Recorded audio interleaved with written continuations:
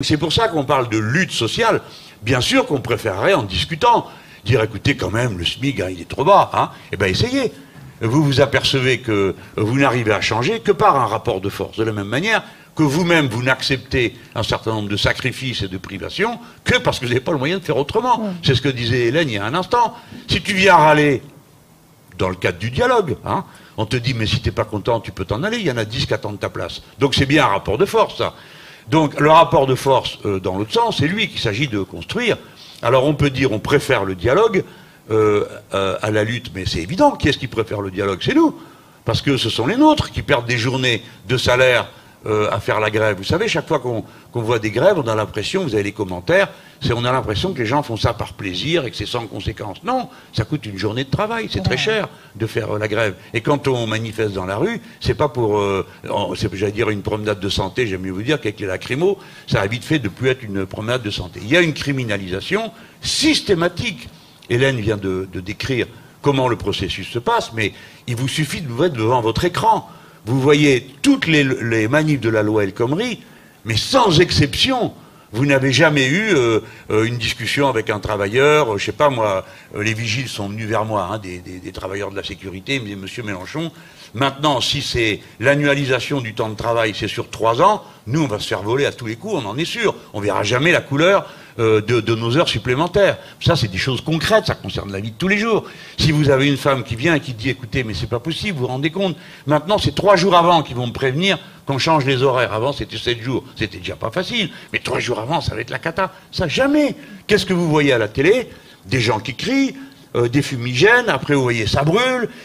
4 types dans un coin pètent 2 vitrines, ça occupe toute la soirée à la télé, parce que l'idée, c'est de discréditer l'action syndicale, l'action ouvrière, pour que les gens aient peur, se disent, oh là là, ce sont des sauvages, ils vont dire, arrêtez, arrêtez, je vous en prie, soyez raisonnables.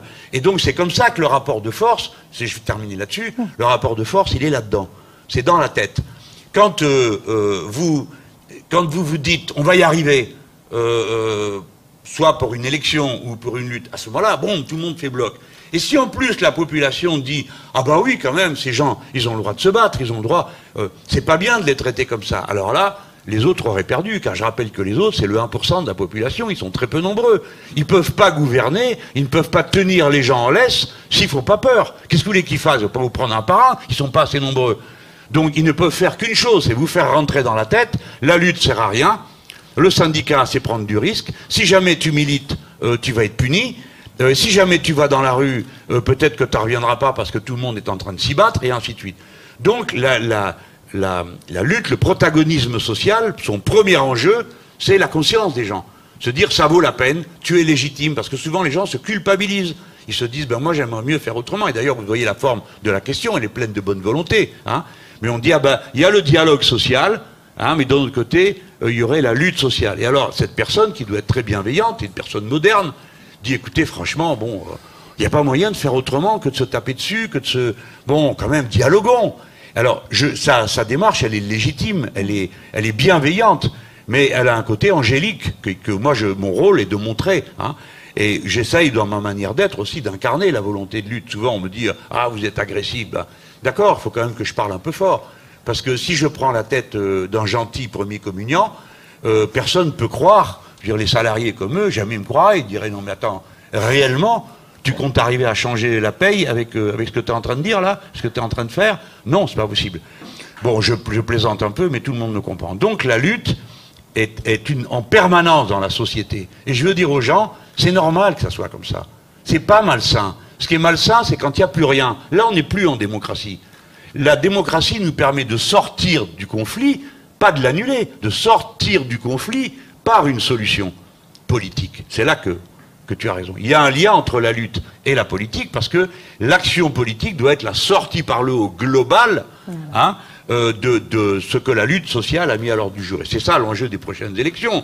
Si la famille libérale ou la famille tribale ethnique à la Le Pen l'emporte, c'est-à-dire soit si c'est Le Pen, soit si c'est Macron, vous allez vous faire désosser. Hein, parce que c'est écrit en toutes lettres dans leur programme, ce qu'ils comptent faire. L'un dit, ben, ma tribu d'abord, les autres pouvaient mourir. Et puis le Macron, lui, il dit, on va enlever ci, on va enlever là. Je parle pas de Fillon, parce que c'est encore la catastrophe est là aussi. Mais ils ont un programme où ce sont les salariés qui vont régler les ardoises de la société. Quand nous, à l'inverse, on dit, il va falloir mettre la main à la poche, messieurs, dames, là, vous avez été bien récompensés pendant des années, maintenant, il faut passer à autre chose. Vous voyez, je suis intarissable, excusez-moi.